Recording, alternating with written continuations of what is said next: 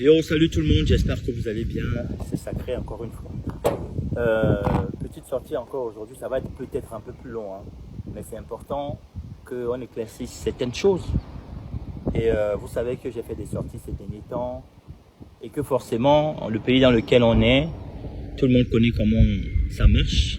Donc forcément, sur mes relations familiales, les relations amicales, mes amitiés, ma famille, mes oncles, mes tantes et tout ça, vous savez que ça doit bouger, mais c'est pas facile et je les comprends. Mais il y en a aussi d'autres qui me demandent, mais sacré, pourquoi tu fais ça en fait?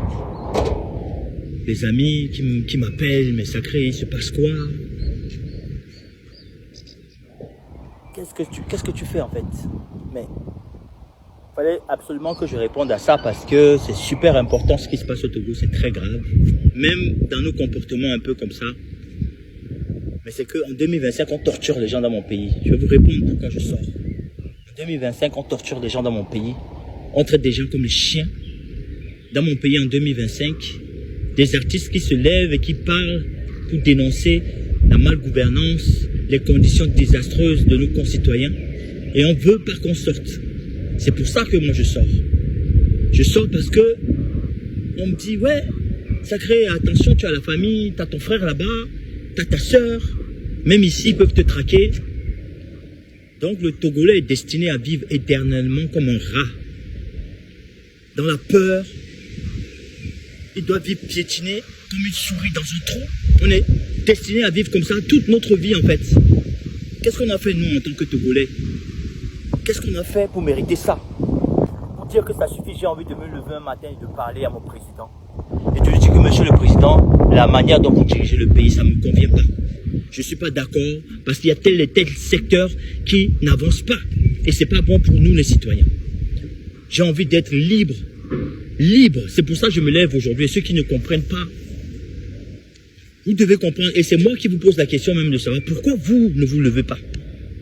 Qu'est-ce qu'il faut faire pour créer une révolte en vous et vous réveiller et vous dire que mais c'est pas normal ce qu'on vit là en fait. C'est que dans notre pays, on nous a tellement éduqués dans la peur, on nous a tellement matrixé le cerveau qu'on n'arrive pas à comprendre que ce qui se passe au Togo, c'est grave. Et on est là, on dort. Tous les soirs, on se lève, on dort. Normal, pendant que dans le pays là-bas, les gens meurent de faim. Pendant que dans le pays là-bas, les gens meurent de soif. Au Togo, actuellement, les gens manquent d'eau potable. Dans les zones rurales, les gens manquent d'eau potable. Combien d'électricité on est en train de couper aux gens? Le prix de l'électricité monte. Les gens n'ont même pas de salaire, mais la vie est chère. Regardez nos hôpitaux. Vous me demandez pourquoi je sors. Regardez le taux de chômage au Togo. Vous me demandez pourquoi je sors. Donc nous, on va vivre éternellement dans la peur. On va me dire, sacré, ils vont venir te chercher. Donc le régime, là, vous avez tué Sylvanus Olympio, vous avez tué Amorin, vous avez torturé Amron. Ça a changé quelque chose? Maintenant, c'est maintenant, moi, que vous avez commencé à vous les traquer. Ça va changer quoi, en fait? Ça va donner de l'eau potable à nos gens dans les zones rurales. Ça va donner du travail aux Togolais. D'aller torturer les gens. Amron, on l'a vu. Moi, j'ai pas besoin de savoir qu'on me dise qu'il a été torturé pour que je vois ce qui se passe. Vous nous prenez pour des bêtes ou bien comment, en fait? De dire que mais le gars est fou, vous allez le mettre dans un asile, vous le piquez, vous le torturez, vous venez nous le présenter en disant qu'il s'excuse. Parce que j'étais fou, mais vous nous prenez pour quoi en fait? Respectez-nous un minimum. Ça fait 5 ans, 8 ans que vous êtes là. Donc le pays qui est comme ça là, ça vous plaît. Le pays qui est délabré comme ça vous plaît. Là, il y a les inondations là, actuellement. Venez voir les conditions dans lesquelles nos mamans vendent dans les marchés. Venez voir la boue, la saleté, les ordures, les routes dans le marché, c'est grave. Vous voulez pas qu'on sorte? On dit, sacré, pourquoi tu sors? Attention, ton frère est à Lomé. Vous pensez que mon frère est en sécurité à Lomé? Ma soeur qui est à Lomé, là, si son enfant tombe malade maintenant, dans quel hôpital elle va l'amener? Si son enfant tombe malade maintenant, qu'il faut amener dans un hôpital digne de ce nom pour soigner son enfant, là, elle va faire comment? Mon frère qui est là-bas dans sa maison, si sa maison brûle maintenant, qu'il faut un dispositif de sapeurs-pompiers pour venir éteindre le feu, là, ils vont passer par quelle route pour venir arriver chez lui? En combien de temps il faut venir? Très très vite, le feu brûle. Ils vont venir, il n'y aura même pas d'eau dans le camion des pompiers. Il n'y aura même pas de dispositif important pour venir éteindre son feu.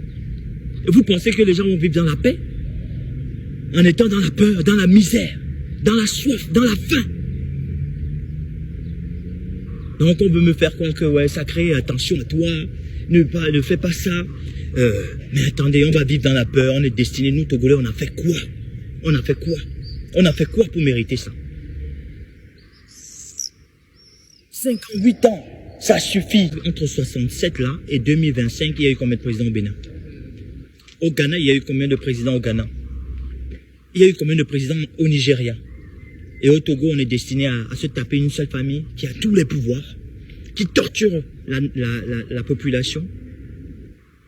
Et les gens qui sont dans mes commentaires pour me dire, ouais, lui c'est un artiste, il a raté sa vie, il a raté sa carrière.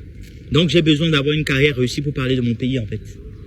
Vous voulez nous intimider, vous venez nous ridiculiser, me dire que ouais, lui il a raté sa vie, laissez-le, il est frustré. Donc il faut avoir une carrière exceptionnelle pour parler de son pays en fait. Il faut être quoi pour parler de son pays? D'ailleurs, des gens qui ont fait des carrières exceptionnelles, on a des icônes dans le pays qui ont joué dans des grands clubs, qui sont encore là à narguer le peuple. Qui sont encore là pendant que le peuple se lève, ils sont encore là à narguer le peuple parce qu'eux, ils ont réussi. Donc le Togo qui est comme ça là, avec les routes, avec les hôpitaux, le manque d'eau potable, il y a des sages-femmes qui font accoucher les gens par terre. Les sages-femmes qui font des opérations, des césariennes, c'est même pas dans leur corde, qui sont obligés de faire des césariennes à des femmes, sages-femmes, hein. Dans ce pays, les gens accouchent par terre. Les gens boivent de l'eau sale. Quand vous voyez de l'eau que les gens boivent dans ce pays, pendant que les autres boivent du champagne, vous me demandez pourquoi je me lève. Pourquoi je dis que le unir là doit dégager. Vous voulez qu'on vive tous les temps comme des chiens. Vous voulez qu'on vive comme des chiens éternellement. Et personne n'est là, tout le monde est là, se regarde. Qui va parler? Et pas moi qui vais parler, attention, mon pays, j'ai envie de rentrer au pays. Donc, ouais, sacré, tu peux plus rentrer au pays. Maintenant, vous voulez que je rentre au pays? Moi, j'ai envie de montrer un Togo nouveau à mes enfants. J'ai envie de rentrer avec mes enfants. La dernière fois, je suis rentré avec mes enfants. Ma fille, elle avait, pas lu. On est parti dans un hôpital, même pas public, hein, privé. Il n'y avait même pas un thermomètre. C'est pas des mensonges. Il n'y avait même pas un thermomètre. Et vous voulez me narguer, me dire que je ne peux plus rentrer au pays. C'est pas ce pays que moi j'ai envie de voir. J'ai envie de voir un Togo qui est excellent. Et c'est possible. On nous fait croire que ce n'est pas possible. On nous fait croire que le Togo va rester comme ça, qu'on va vivre comme des chiens éternellement. C'est possible, les gars. C'est possible. C'est possible, on peut changer ce pays. Et c'est nous qui allons le faire. Si on se met les bras croisés, on dit, non, ne parle pas. Mais qui va le faire? C'est un Sénégalais qui va venir sauver le Togo? C'est un Égyptien? C'est un Burkinabé? Quand les Togolais se taisent pendant qu'on torture nos frères, les Togolais dorment sur les deux oreilles. Ils ont peur qu'on vienne nous chercher. Venez nous chercher, ça va changer un truc. Venez chercher, moi j'ai des femmes, j'ai ma femme, j'ai mes enfants. Venez me chercher. Venez me torturer aussi. Allez traquer Zagabambo, allez traquer Kodjo Vitoguin, allez traquer Ferdinand Haïté. C'est ça qui va changer le Togo, c'est ça qui va changer nos hôpitaux. C'est ça qui va amener des eaux potables à nos zones rurales. C'est ça qui va construire les salles de spectacle. C'est ça qui va construire un terrain de football. C'est ça qui va construire une école de football pour que les enfants qui ont du talent puissent évoluer. Il en est où du football togolais aujourd'hui? Il en est où? Notre système éducatif, par terre. Notre système de santé, par terre. On a des gens comme ça qui sont au pays, ils ont des postes, ils ne rendent même pas compte, ils deviennent ministres de la santé, ils font des années là-bas en tant que ministre, ils ne rendent même pas compte de dire que bon, depuis que moi je suis ministre, j'ai quand même ramené des machines pour faire des soins aux gens, j'ai quand même acheté des scanners, j'ai quand même acheté ça, et les lits, on a renforcé notre système de personnel. Alors, personne ne rend compte. Les ministres sont là, ils pillent le pays, et c'est normal. On me demande, sacré, pourquoi tu sors? On me dit, sacré, ouais, t'es périmé. Bon, moi, ma carrière, j'ai raté ma carrière plus que ce que Unir a raté en 58 ans, là. Vous voulez comparer ma carrière à moi avec la carrière de Unir répétée de fort, ou bien ce pouvoir qui est là depuis presque 60 ans? Vous voulez me dire que je suis plus ridicule que eux, là? Vous voulez me dire que je reste dans la peur, que je vive comme un rat parce qu'on peut venir me chercher où j'habite? Et vous voulez me dire que, ouais, il y a une association là dans ma ville là, Uni RPT. Il y a une association dans ma ville, ils me connaissent très bien. Je connais tous les gens qui sont dedans. C'est eux qui peut-être traquent les gens, qui donnent des informations, mais vous pensez que quand je sors, je ne suis pas conscient qu'il peut m'arriver des trucs? Je sors parce que j'aime mon pays, je suis togolais, j'ai pas besoin d'être connu pour sortir. Je sors parce que je suis sacré, je sors parce que je suis moi. Je ne sors pas parce que je suis le frère de Barabbas, je sors parce que j'ai envie de parler et que je veux que mon pays change. Et que 58 ans, 60 ans presque, ça suffit. On est en 2025, je veux plus voir qu'on torture les gens parce qu'ils disent que le pays est mal gouverné. Je veux plus qu'on torture les gens parce qu'ils disent qu'ils vont sortir pour marcher et pour réclamer les meilleures conditions de vie. Et puis celui-là, le chef de Adakmame qui sort, qui dit, moi dans le territoire d'Adakmame, les lois d'Adakmame, personne ne va sortir. Mais vous faites pitié quoi. Donc Adakmame qui est comme ça, là, les routes qui sont comme ça te plaît toi monsieur le chef? T'as vu les conditions dans lesquelles les femmes vont dans les marchés d'Adakmame là-bas? Ça te plaît toi? Les gens qui viennent récolter les impôts chez les femmes là, mais ils vivent dans la boue, ils vendent des périssables dans la boue, les tomates, les bananes dans les mouches. Ça te plaît toi, monsieur le chef d'Adakmame? Voilà pourquoi je sors. Parce que je veux que mon pays change. Et c'est parce que c'est nous qui allons le faire. Si tout le monde a peur parce qu'on vient, on tue les gens, je vous dis que dans 20 ans on en reparle, on sera au même point. Et la preuve, ils ont tué Sylvanus Olympio qui avait des ambitions, une vision pour ce pays. Ils l'ont tué. Presque 65 ans plus tard, vous avez vu les conditions dans lesquelles le pays est. Ils ont tué Amorin, qui avait une vision pour ce pays. Ils l'ont tué. 40 ans plus tard, vous voyez les conditions dans lesquelles le pays est là. Donc c'est sacré que vous allez venir traquer maintenant. C'est Zagabambo que vous allez venir traquer. C'est Haïté Ferdinand que vous allez traquer. Et ça va changer un truc. Ça va construire nos écoles. Vous me demandez pourquoi je sors. On me dit sacré, est-ce que tu as un problème avec Barabbas? Mais où est le rapport en fait? Non, mais parce que Barabbas, il est là-bas, il peut lui arriver un truc. Mais vous pensez que le Togolais, il est heureux là, dans des conditions comme ça? Dans un pays normal, le Toufan, ils ont rempli le Zénith. Personne n'a jamais fait ça. Personne n'a jamais rempli le Zénith. Aucun Togolais n'a jamais fait ça. On était tous là, on a vu, on a dit, waouh! La population était là. On a dit, waouh! Ça, c'est les Togolais. On était fiers. Ça veut dire qu'on a du potentiel. On a des ressources en tant que Togolais. C'est un peuple digne. Mais on nous fait croire qu'on est des vauriens, on est des rats, on nous piétine. Et vous ne voulez pas qu'on sorte. Normalement, Toufan devait être reçu par le président. À leur descente d'avion, on devait les recevoir. Si c'était un pays qui se respectait, on devait les recevoir comme des rois. Parce qu'ils ont fait un truc incroyable. Vous pensez que mon frère, il est heureux? Vous pensez que les Togolais sont heureux dans ces conditions-là? Vous pensez ça? Voilà pourquoi je sors.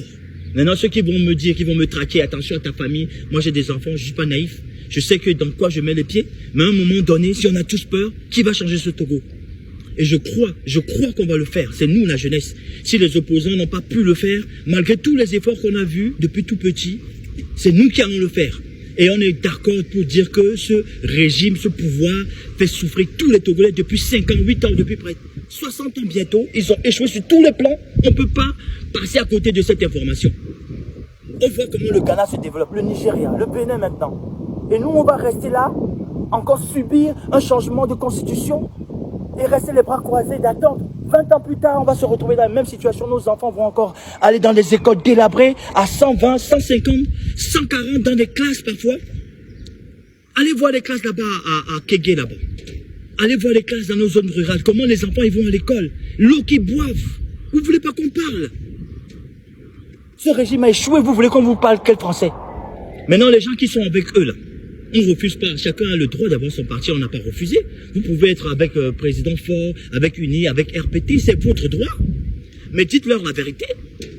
Soyez lucides. Dites-leur que mon président, c'est pas bon. Les gens ne vous aiment pas parce que le travail n'est pas bien fait.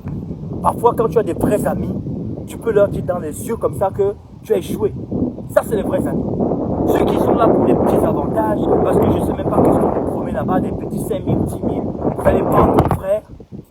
Vous allez vendre votre dignité alors qu'on a été d'autres. Parce que si ça change, monsieur le soldat, c'est toi qui vas bénéficier. Si ça change, monsieur le ministre, c'est toi qui vas bénéficier aussi. Si ça change, le plus pauvre du pays aussi va bénéficier. avoir tous les avantages et les surprises dans la merde. Donc quand je sors en tant que citoyen togolais. Je sors en tant que moi, je ne sors pas en tant que le frère de Barabas. J'ai des choses à dire, j'ai le droit de le dire. J'ai le droit de dire que le RPT UNIRA a échoué sur tous les plans. Et qu'on a besoin d'un nouveau président, on a besoin d'un nouveau départ pour changer tout. Tout ce système qui nous accable, qui nous accule, qui nous piétine. Le Togolais a le droit d'être heureux. Hein. On n'est pas né pour souffrir éternellement. Et je sais que cette jeunesse va le faire. Donc, les amis, 26, 27, 28, sortez massivement pour réclamer vos droits. Vous avez le droit de dire que ça suffit. Vous avez le droit de dire que ça suffit. Vous avez le droit de dire que ça suffit. Merci.